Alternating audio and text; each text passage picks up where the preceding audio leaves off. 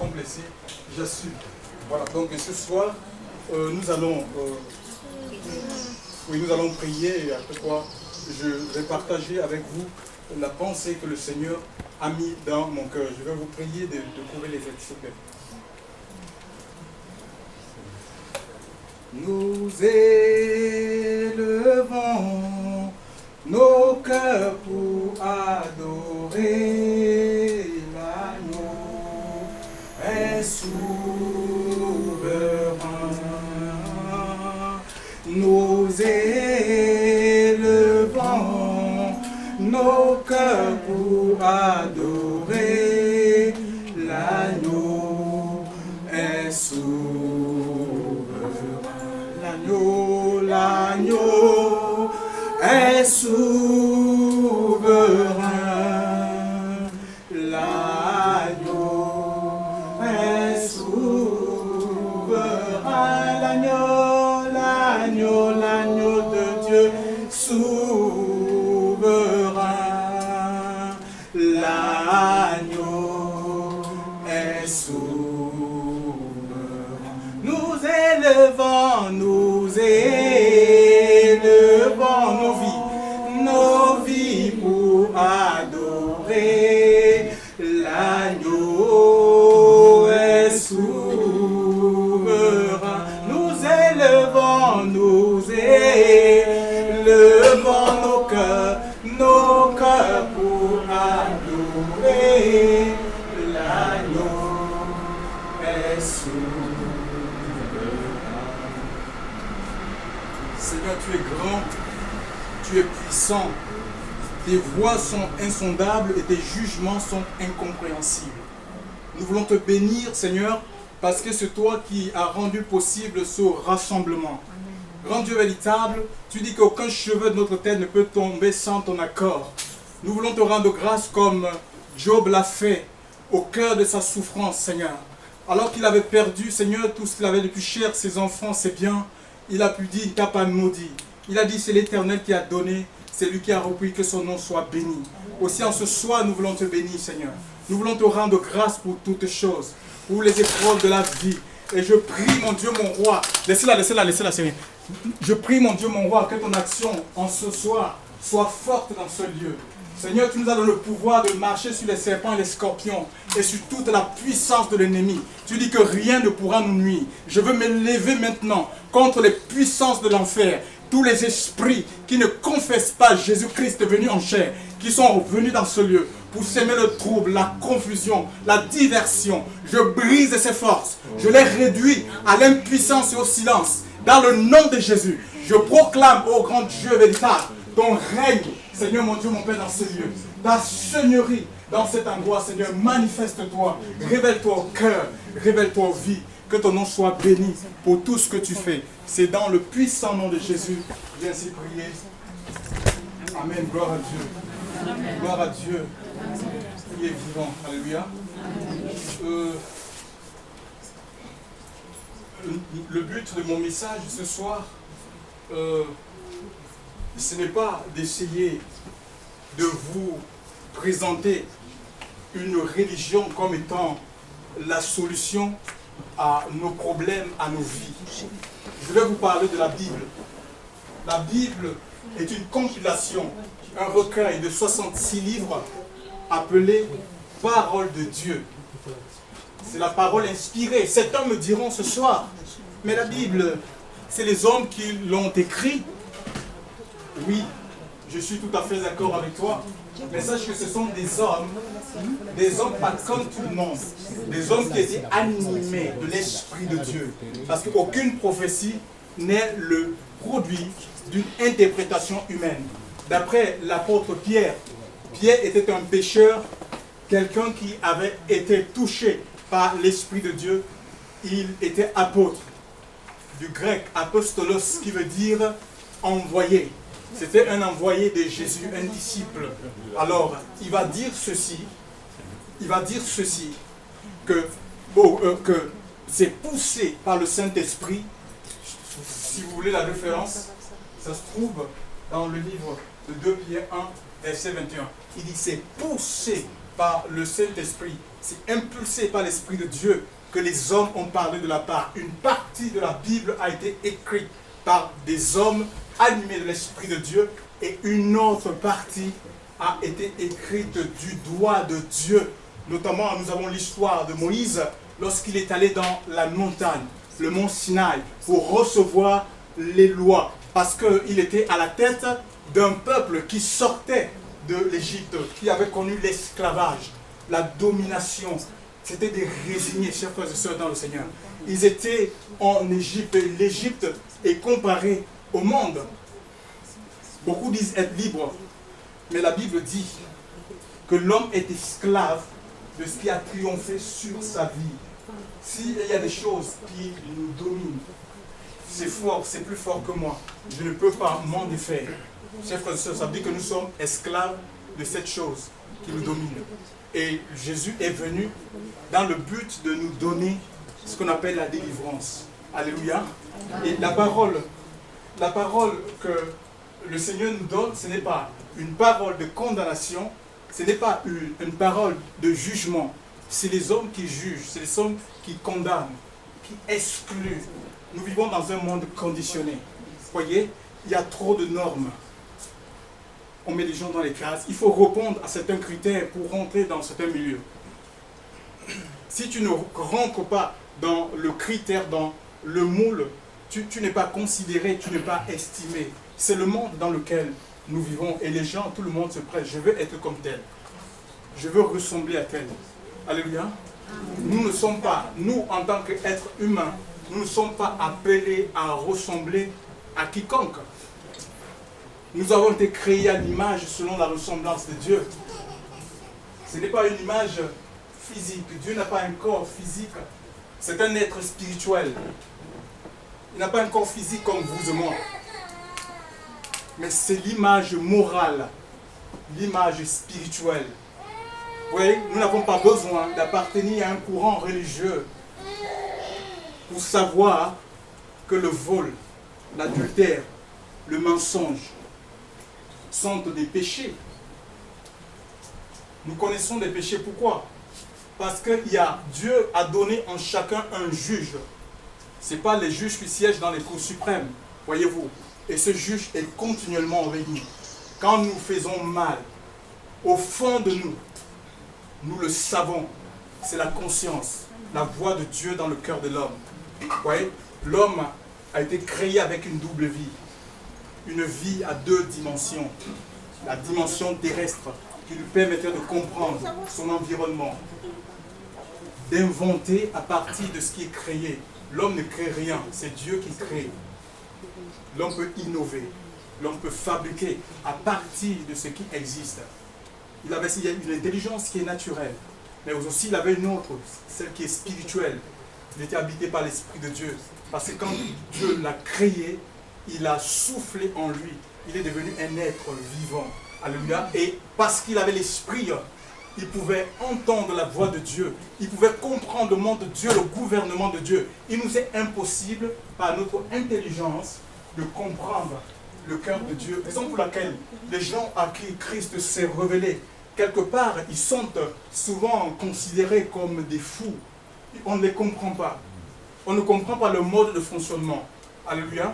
Mais tout simplement parce qu'il y a quelque chose en eux qui les gouverne. Et cette chose, c'est l'esprit.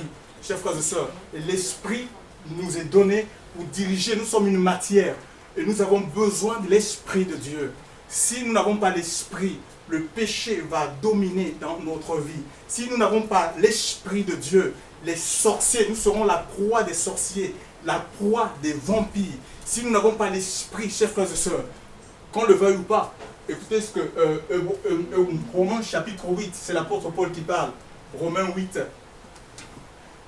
9, il dit, si l'esprit de celui qui a ressuscité Jésus d'entre les morts, il y a une résurrection qui est réelle, habite en vous, celui qui a ressuscité Jésus, c'est le grand pasteur, va ramener vos corps mortels par son esprit qui habite en vous. Nous avons besoin de l'esprit de Dieu. Vous n'avez pas besoin de la religion. vous avez besoin de l'Esprit de Dieu. Et il nous est dit qu'il vous conduira.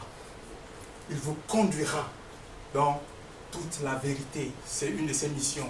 Pas dans le mensonge, pas dans l'erreur, chers frères et sœurs, mais dans la vérité. Il n'est pas dit l'Esprit vous conduira dans une dénomination, dans un bâtiment qu'on appellerait Église, ce qui est une fausseté, chers frères et sœurs.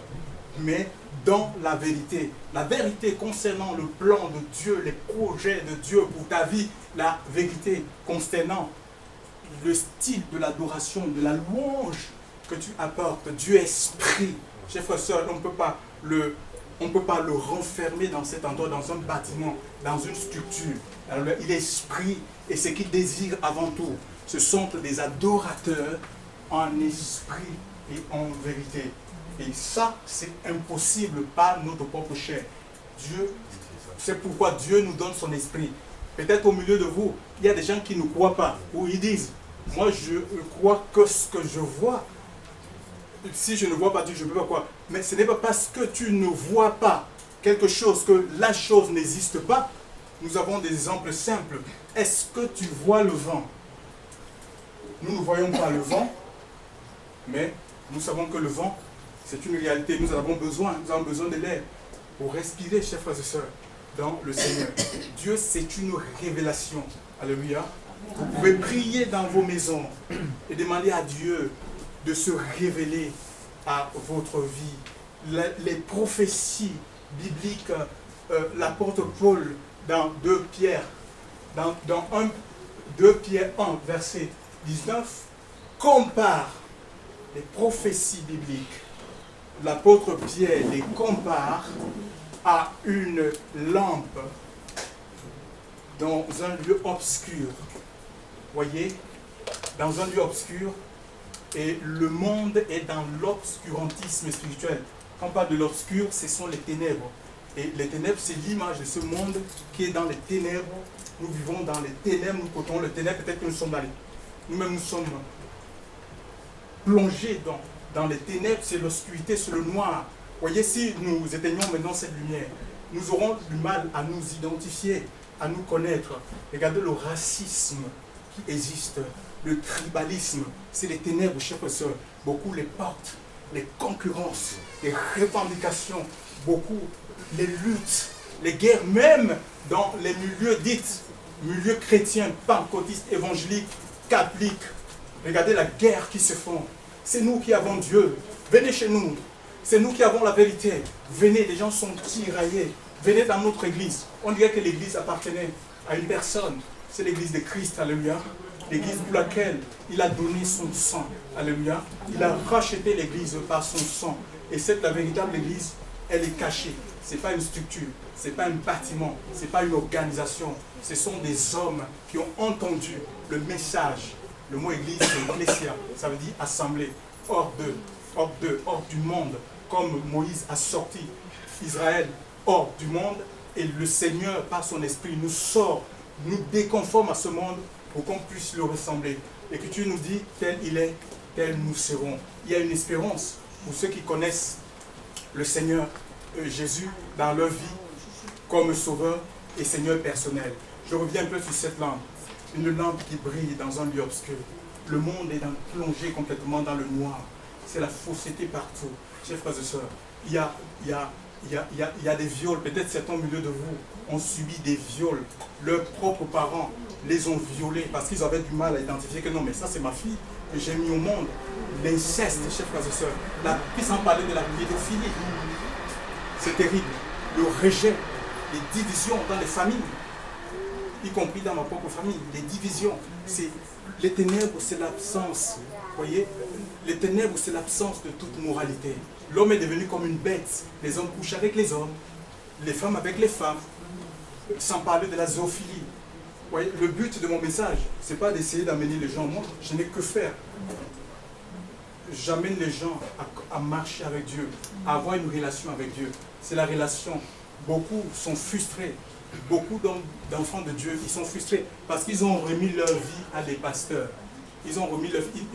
Ils ne pensent plus par eux, mais ils ne pensent que par le pasteur. Le pasteur a dit, ils ne pensent pas par la Bible. La Bible, c'est le livre des pensées de Dieu. Alléluia. Nous devons arrêter de penser par les hommes parce que Dieu a pensé pour nous. Si tu plonges ton regard dans cet ouvrage, chers frères et sœurs dans le Seigneur, si tu trompes ton regard dans ce visage, dans ce livre, si tu plonges ton regard, il t'a parlé, c'est le livre, c'est la parole, c'est le livre de la liberté. Alléluia. Et Jésus est venu pour nous sortir des prisons spirituelles dans lesquelles peut-être nous sommes soumis. Alléluia. Et comprenez, chers frères et sœurs, dans le Seigneur, je veux finir que Dieu sauve par la parole prêchée. Hein? C'est une lampe qui brille dans un lieu obscur. L'Écriture nous dit que jusqu'à ce que le jour apparaisse et que l'étoile du matin s'élève dans votre vie. Et l'étoile du matin, c'est Jésus qui veut s'élever dans votre cœur, que vous devez accepter dans votre vie comme votre sauveur et Seigneur personnel. Alors, non seulement il va vous sauver maintenant, peut-être que vous êtes noyé, criblé de dettes, le Seigneur va vous sauver. Il peut vous sauver, peut-être que vous avez été condamné par la médecine. Le Seigneur a le pouvoir de lever cette condamnation dans votre vie. Et aussi, il est Seigneur, ça veut dire qu'il veut régner. Vous devez accepter le règne de Dieu dans votre vie. Alléluia. Amen. Le règne de Dieu, pas le règne de l'homme, pas ton règne à toi, hein, mais le règne de Dieu. Que Dieu conduise ta vie, qu'il conduise tes projets. Hein, on en a, on sait faire des projets, nous les hommes. Ma soeur en avait, elle en avait plein la tête. Je veux faire ceci, je veux faire cela, je vais. Je dis, mais après on dit, si Dieu le permet. Alléluia. Si Dieu le veut. Parce que notre vie ne nous appartient pas. Ça peut partir à tout moment. Tu n'as pas besoin d'être malade pour mourir. Alléluia. Ta vie ne t'appartient pas. Alléluia. Comprends-le ce soir. Ta vie ne t'appartient pas. Cherche Dieu, tu ne seras pas déçu. Alléluia. Les hommes peuvent t'abandonner. Les hommes peuvent te condamner. Le Seigneur sera avec toi pour te soutenir. Que passant des situations difficiles, il sera avec toi. Et il a dit, je serai avec vous tous les jours jusqu'à la consommation des temps. Nous courbons la tête, chers frères et sœurs, dans le Seigneur. Courbons nos têtes et puis voilà, nous allons prier. Alors si quelqu'un a un mal quelque part, je vais inviter cette personne parce que la parole, ce n'est pas que des mots. Je n'annonce pas la théologie. C'est une démonstration de puissance et d'esprit. Je n'ai pas besoin de toucher quelqu'un. Je n'ai pas besoin, je dis, je n'ai pas besoin de toucher quelqu'un. Je n'ai pas besoin de toucher une personne. Je dis, pose ta main là où tu sens mal. Pose seulement ta main là où tu sens mal. Alléluia. Nous allons prier. Je n'ai pas besoin de connaître ta maladie. Je crois en un Dieu vivant. Je crois en un Dieu vivant. Aussi vrai que le Seigneur m'a établi dans les nations et dans les royaumes pour arracher, pour abattre, pour détruire et pour ruiner. Je dis, quelque chose va se passer dans ta vie. Nous couvrons les têtes. Nous couvrons les têtes. Nous fermons les yeux. Et si quelqu'un a mal quelque part, qu'il pose sa main et nous allons prier. Je vais prier. Alléluia. Je vais prier. Je vais prier. Seigneur, je te rends grâce. Oh Dieu, je t'ai glorifié ce soir. Père, je te prie que tu te glorifies maintenant. Tu dis, Seigneur Dieu Père, que voici les miracles qui accompagneront ceux qui auront cru à mon nom. Ils chasseront les démons. Seigneur, si au milieu de nous, Seigneur, s'il y a des vies qui sont contrôlées par les esprits impurs, les esprits de la sorcellerie, de la magie, le vaudou, quand Dieu véritable, les esprits de village, s'il y a au milieu de nous, Seigneur, les autres, Seigneur, ceux qui sont enchaînés, ils sont en France, mais ils pensent qu'ils ont comme impression qu'ils sont dans une forêt africaine, Seigneur, mon Dieu, mon Père, ils ne comprennent pas leur vie. Je te prie, grand Dieu véritable, de lever maintenant cette condamnation dans le nom de Jésus-Christ de Nazareth. Que les chaînes tombent, les chaînes de malédiction, malédiction ancestraux, malédiction familiaux, que toutes ces chaînes tombent par la puissance du Saint-Esprit. Au nom de Jésus, je commande maintenant aux maladies, aux esprits impurs de quitter les corps, Père, rends gloire à ton nom, rends gloire à ton nom. Seigneur, baptise de ton esprit, révèle-toi au cœur, révèle-toi aux vies. Seigneur, mon Dieu, mon Père, Seigneur, confirme ta parole, Seigneur, par des délivrances, des guérisons, des restaurations, et que tout soit fait pour la gloire de ton nom et le témoignage de ta parole. C'est dans le puissant nom de Jésus, j'ai ainsi prié et Amen. Gloire à Dieu.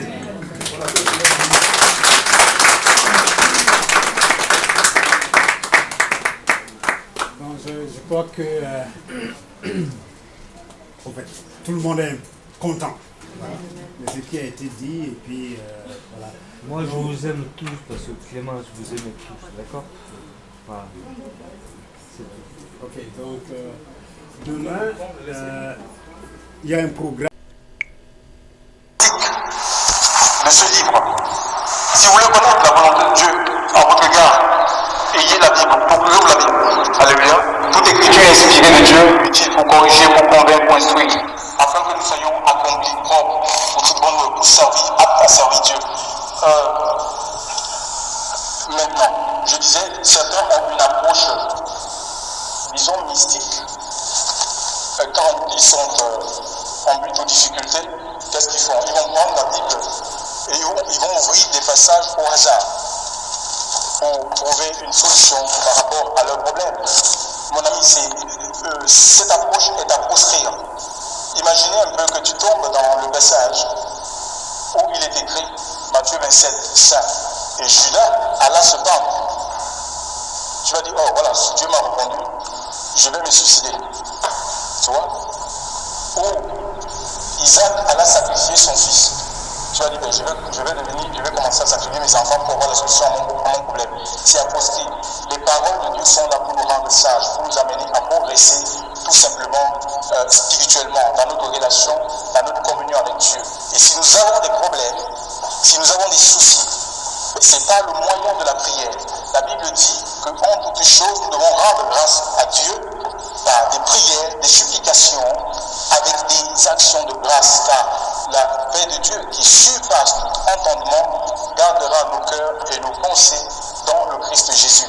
Et quelque part, Dieu se sert aussi des épreuves, des difficultés de la vie, mais pour extérioriser, bien évidemment, notre vraie nature. Notre vraie nature est révélée quand nous sommes en proie aux difficultés. Écoutez ce que Ecclésiaste dit. Ecclésiaste 12, versets 13 à 14. Écoutons la fin de tout ce qui a été dit. Crains Dieu et garde ses commandements, car c'est là le tout de l'homme. Car Dieu amènera toute œuvre en jugement avec tout ce qui est caché, soit bien, soit mal. Ecclésiaste, pour ceux qui ne le connaissent pas, était un roi. C'est Salomon, le fils de David, un bâtisseur. C'était un scientifique, il était riche. C'est le roi le plus glorieux que le monde ait jamais connu. Jésus va parler de lui en disant qu'il n'y en aura plus d'autres, comme cet homme. Il a eu 700 femmes, 300 concubines. Il a bâti des maisons. Il a goûté à toutes les folies que nous pouvons connaître. Mais regardez la fin de sa vie. À la fin de sa vie, regardez ce qu'il écrit. Il s'est repenti. Certains souvent prennent Salomon pour justifier leur dérèglement, leur péché, en disant, ben oui, Salomon avait 700 femmes, donc je peux avoir autant de femmes que je veux. Non, mais regardez ce qu'il dit à la fin. À la fin, il s'est repenti. Parce qu'il n'a pas trouvé. Il écrivait, il a goûté à toutes ces choses pour savoir qu'est-ce qui peut être bon pour l'homme. Et il n'a pas trouvé la satisfaction dans tout ce qu'il faisait. Raison pour laquelle il dira, voilà ce que doit tout homme craindre Dieu, tout simplement, et obéir à ses commandements, car Dieu amènera toute œuvre en jugement au sujet de tout ce qui est caché, soit bien, soit mal. Il y a des œuvres. L'Écriture nous parle ici des œuvres cachées, qui peuvent être bien ou mal. Il y a des gens qui agissent dans la discrétion. D'autre part, quand ils veulent faire une bonne action, ils agissent, c'est pas visible. Et d'autres le font de manière visible. Aussi, c'est la même chose avec le péché, la pratique du péché. Certains, on peut les voir, le péché est manifeste quand on les voit. Et nous, quelque part, nous jugeons ce qu'on voit. On dit, ben, elle est comme ci, elle est comme ça. On parle là des défauts de la personne. Mais aussi, à d'autres, on ne peut pas voir, c'est fait dans la discrétion totale. Mais l'Écriture nous dit, pour tout ce que nous faisons, que ce soit publiquement ou dans le secret, Dieu amènera toute œuvre en jugement. Ce que nous faisons paraîtra le jour du jugement. Nos motivations, chers frères et sœurs, dans cette terre, nos désirs, tout ce que nous pratiquons dans le secret, que personne ne connaît, même dans les couples, que personne ne connaît, seul Dieu sait, mais ces choses paraîtront le jour du jugement. Non pas que Dieu veuille juger l'homme. Voyez, il y a des œuvres de Satan. La Bible nous parle des œuvres de Satan, mais aussi de l'autre côté les œuvres de Dieu. Et si nous n'avons pas Dieu, nous allons pratiquer les œuvres de Satan, notamment le péché. Alléluia. Nous allons pratiquer le péché. Alléluia. Et ici, pour sortir des œuvres du malin, nous avons besoin d'être recréés en Christ. La Bible nous dit dans Ephésiens 2, 10 que nous sommes l'ouvrage de Dieu. On a été formés par Dieu. Chers frères et sœurs, l'ouvrage de Dieu, créé en Jésus-Christ pour les bonnes œuvres. Ce sont les œuvres de justice, les œuvres de sainteté. C'est Dieu qui bâtit l'homme nouveau en nous. Et Philippiens 1, toi diras, je suis persuadé, c'est l'apôtre Paul qui parle, que celui qui a commencé cette œuvre en vous la rendra parfaite au jour du Seigneur. Dans l'œuvre de Dieu, quand il se révèle à nous, est continuelle si Christ n'est pas encore venu, parce que dans la Bible, il est parlé aussi de son retour. Mais nous pouvons quitter ce monde comme Clémence, qui nous a quittés sans voir la venue de Christ. Voyez, mais il faut que, quittant ce monde, que nous restions dans sa main. Alléluia. Que nous restions dans sa main. Alléluia. C'est pourquoi Apocalypse, vous lisez ce passage, Apocalypse dit, Apocalypse 13, 14 ou 14, 13, dit ceci.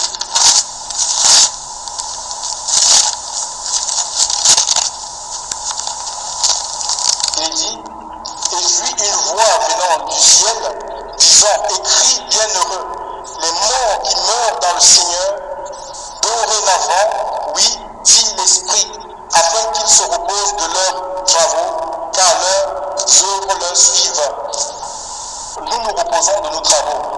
Clémence ne peut plus travailler, elle ne peut plus rien faire, elle ne peut plus servir son mari. C'est ça, les travaux. Nos œuvres les suivent. Ce n'est pas les réalisations qu'elle aurait pu faire si elle a réalisé des choses au milieu des entreprises, ses assurances. Non, ça ne peut pas la suivre. Ce sont les œuvres que Christ a bâties dans son cœur, dans son âme, qui vont la suivre, qui paraîtront ce jour. Et chers frères et sœurs, vous savez, le jugement, il y a eu un jugement avant ce jugement à venir. Jésus a été jugé à la croix. Donc la croix de Christ, ça nous parle aussi de jugement. Et ce jugement est aussi fort que celui que nous devons connaître dans l'avenir. Qu'est-ce qui a été jugé à la croix? C'est le péché.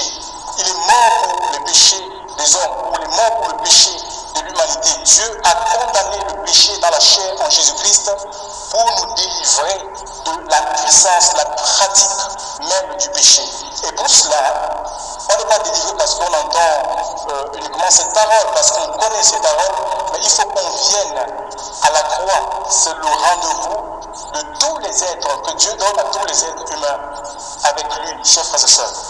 La croix, c'est un instrument de torture. Aucun péché ne peut résister. Parce qu'à la croix, il n'est pas seulement en question du sang. Il y a le feu qui purifie, chers frères et sœurs.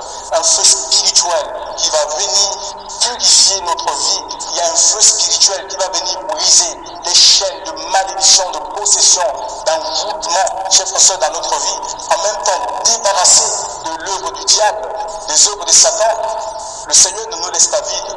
Parce que si notre corps est vide, le malin va revenir. Qu'est-ce qu'il fait? Il nous scelle de son sceau. La Bible nous parle du sceau, le sceau de l'esprit.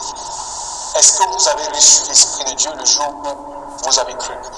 L'apôtre Paul dit dans le livre de Romains chapitre 8 verset 9 que si nous n'avons pas l'esprit de Dieu, nous ne lui appartenons pas. Tu peux appartenir à une congrégation, faire partie d'une fédération, être membre, militer dans un mouvement d'église. Mais si tu n'as pas l'esprit, Tu n'appartiens pas à Christ. Pour appartenir à Christ, on a besoin de l'Esprit Saint. Alléluia. C'est le sceau, le gage même de notre salut. L'Écriture dit que nous sommes scellés par l'Esprit pour le jour du rachat, le jour de la rédemption, le jour où il viendra. C'est le sceau de l'identification, le sceau de la reconnaissance. Et nous ne pourrons entendre le son de la trompette, parce que l'Écriture nous dit qu'au son de la trompette, à la voix de l'archange, les morts en Christ vont ressusciter. Ça dit qu'on ne peut entendre la voix de Dieu que par l'Esprit. Et pour cela, il nous faut non seulement demeurer dans la foi, être persévérant dans les voies de Dieu, mais aussi mourir dans la foi, pour qu'on puisse entendre le son. C'est l'Esprit de Dieu qui nous fera entendre ce son. Ce corps retourne à la terre et l'Esprit retourne à Dieu pour être jugé. Ce n'est pas pour rentrer au paradis, parce qu'il y a deux destinations. La Bible nous parle du lac de feu.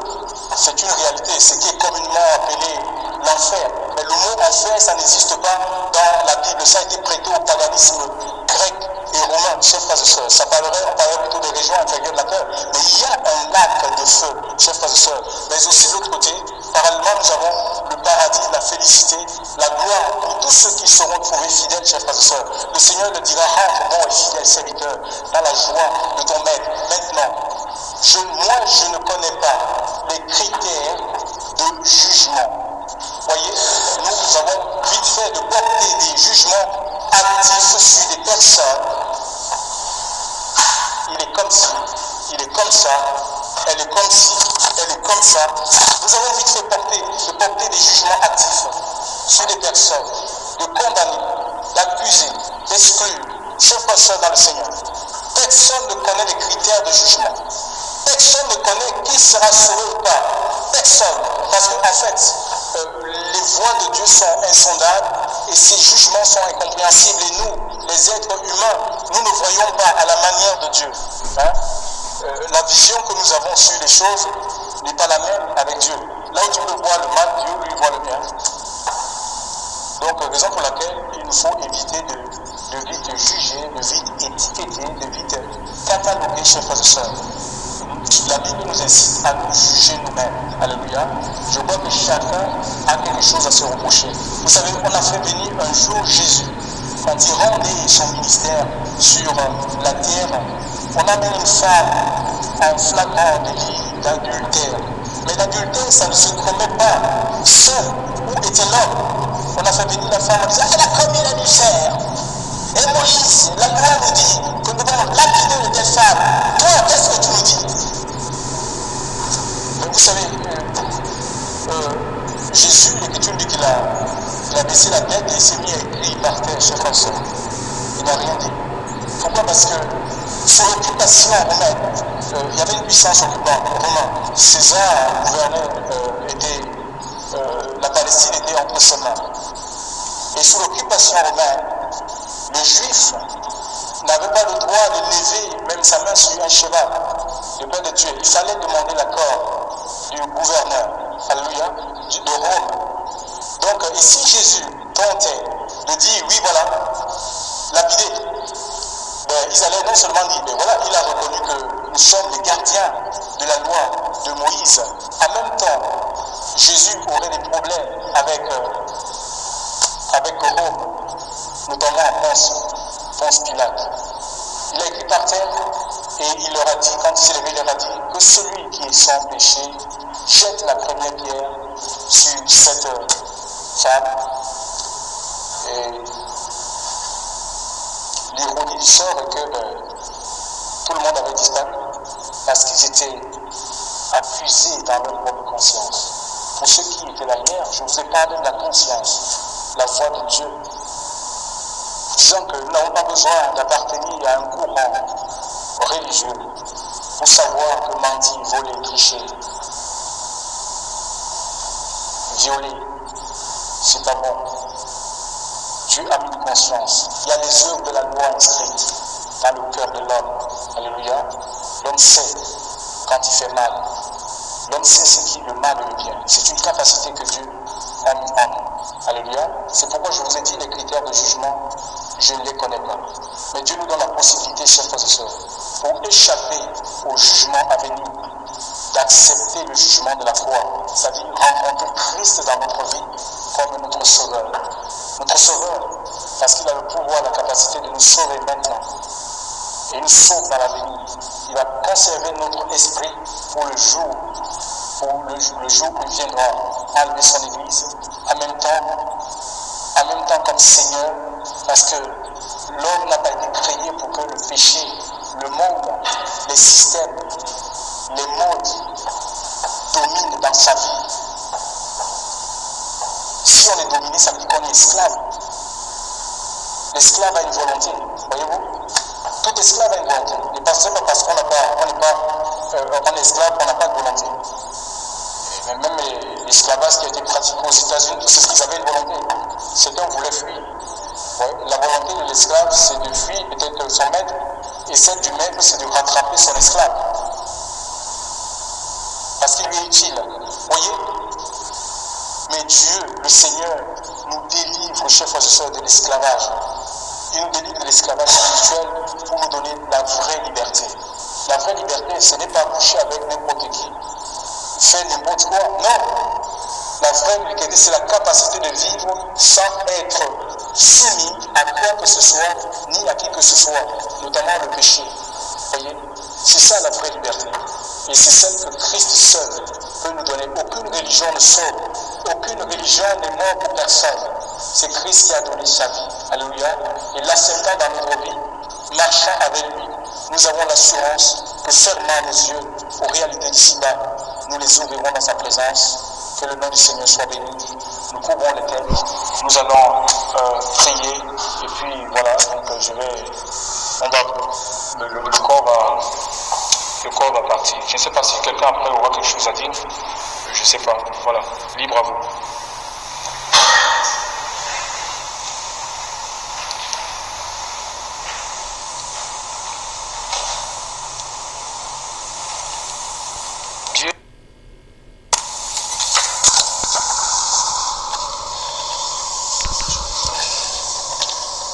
Tout simplement rendre grâce à Dieu.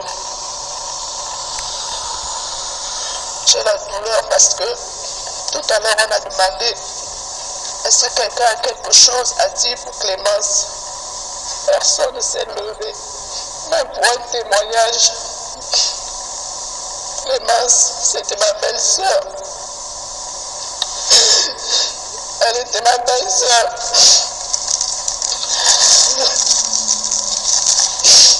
La parole de Dieu a dit tout à l'heure qu'il y a une femme qui avait péché. Et Jésus est venu. Et on a demandé à toutes ces personnes, si vous n'avez pas péché, si quelqu'un n'a pas péché, qu'il jette la première pierre. Mais c'était une fille bien. Elle était bien malgré tout ce qu'elle était.